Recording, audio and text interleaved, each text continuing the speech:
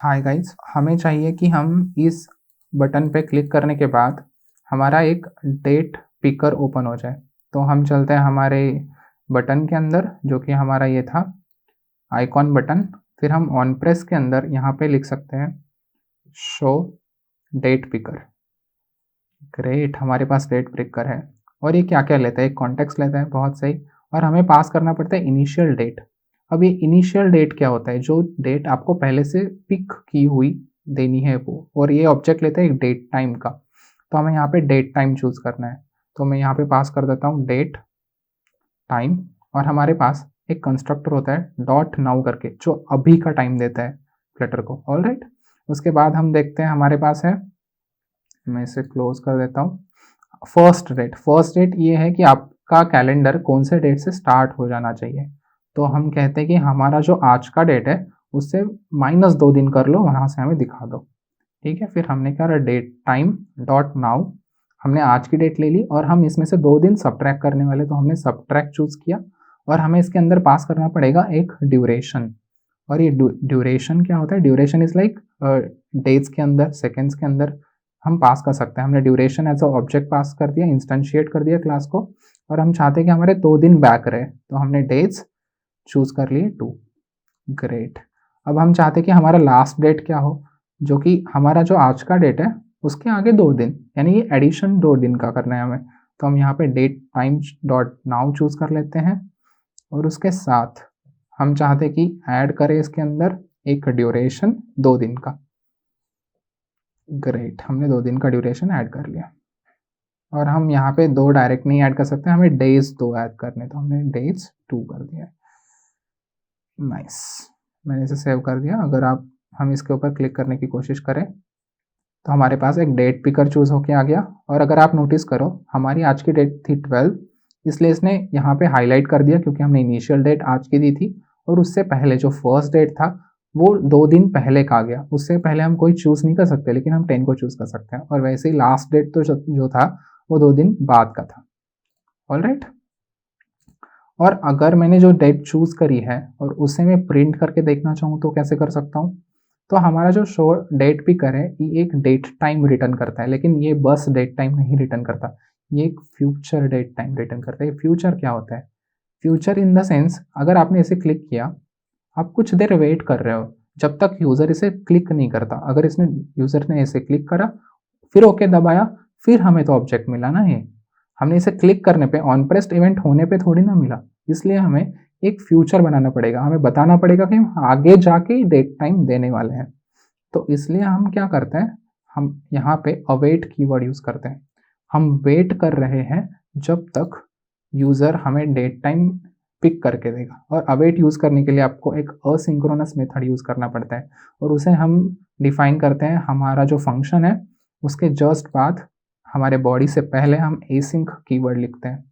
Alright, और हमारा show that picker एक डेट टाइम ऑब्जेक्ट रिटर्न करता है। इसलिए मैं यहाँ पे एक फाइनल वेरिएबल बना लेता हूँ पिक्ड डेट करके। मेक्स सेंस, बहुत ही बढ़िया। और जब हमारा डेट पिक हो जाए तब हम इसे प्रिंट भी करना चाहते हैं। उससे पहले हम क्या करते हैं, हम इस कोड को रिफैक्टर कर लेते हैं एक विजेट के अंदर। और हम इस ऑन सर्च को क्लिक करने पे हमारा जो टेक्स्ट फील्ड है उसके भी जो हमने यहाँ पे लिखा था, लाइक हमने FG लिखा और ओके दबाया, तो हमारा ये यहाँ पे सर्च क्लिक करने पे इसे प्रिंट करा दे, इसे सेव कर दे। हम ये कैसे कर सकते हैं, तो हम एक विजेट बना लेते हैं। एक हमने फोल्डर बना लिया विजेट करके, हम इस कोड को रिफैक्टर करने वाले हैं। उसके अंदर मैंने फॉर्म इन्फो करके एक विजेट बना ली। ठीक है, इसके अंदर हम स्टेटलेस विजेट बना लेते हैं, जो कि हमारा फॉर्म इन्फो नाम होगा उसका। और हमने इंपोर्ट कर लिया मटेरियल पैकेज। ग्रेट। और हम क्या करते हैं, इस कॉलम विजेट को ही रिफैक्टर कर लेते हैं। तो मैंने इस कॉलम को पिक किया पूरे, और हम यहाँ पे पेस्ट कर देते हैं।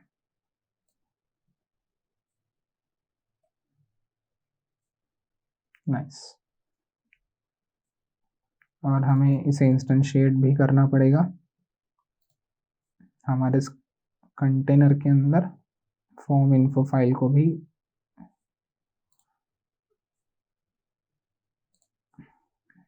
अब हम चाहते हैं कि हमारा एक सर्च पे क्लिक करने पे हम इसे प्रिंट कर पाए, तो मैं क्या करता हूँ, एक ऑन सेव्ड करके एक मेथड बना लेता हूँ, या फिर ऑन सर्च करके बना लेते हैं अपन लोग, तो ज़्यादा रिलेटेबल रहेगा।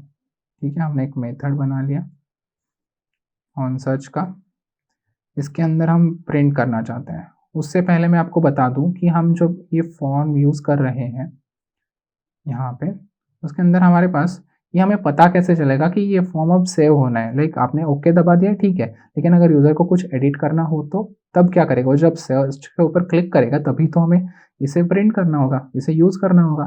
तो हमारे पास एक आता है फॉर्म स्टेट का, जिससे हम फॉर्म का स्टेट पता कर सकते हैं। तो मैंने फाइनल लिखा, एक वेरिएबल बनाना चाहता हूँ फॉर्म स्टेट का, जो कि एक प्राइवेट वेरिएबल है। उसके अंदर हम एक ग्लोबल की बना सकते हैं।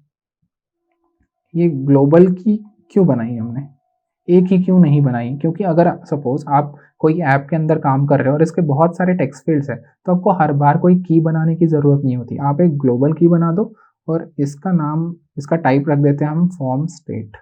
ग्रेट। और इसको हम इंस्टेंशिएट करते हैं हमारे फॉर्म के अंदर, की करके एक प्रॉपर्टी होती है हमारे पास। ग्रेट, तो हमने इसे पास कर दिया, बहुत ही बढ़िया। अब हम चाहते हैं कि हमारे कुछ वेरिएबल्स हो, लाइक हमने जैसे यहाँ पे पिक्ड डेट बनाया था, अब वो हम यहाँ पे ना बनाते हुए हम यहाँ पे बनाते हैं फाइनल पिक्ड डेट। राइट, या फिर हम यहाँ पे बनाते हैं डेट टाइम पिक्ड डेट। हमारे पास एक और हमारा दूसरा होगा जो कि टेक्स्ट होगा, ट्रेन नंबर होगा। तो मैं एक स्ट्रिंग बना लेता हूँ जो कि ट्रेन नंबर हमारा प्रिंट करके दिखा सके, हमें इसके अंदर स्टोर कर सके।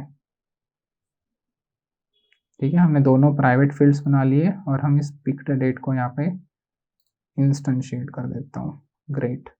और हमारा जो ट्रेन नंबर था उसे भी हम कहाँ पे यूज़ करेंगे, जैसे कि अगर आप देखो हमारे पास फॉर्म के अंदर,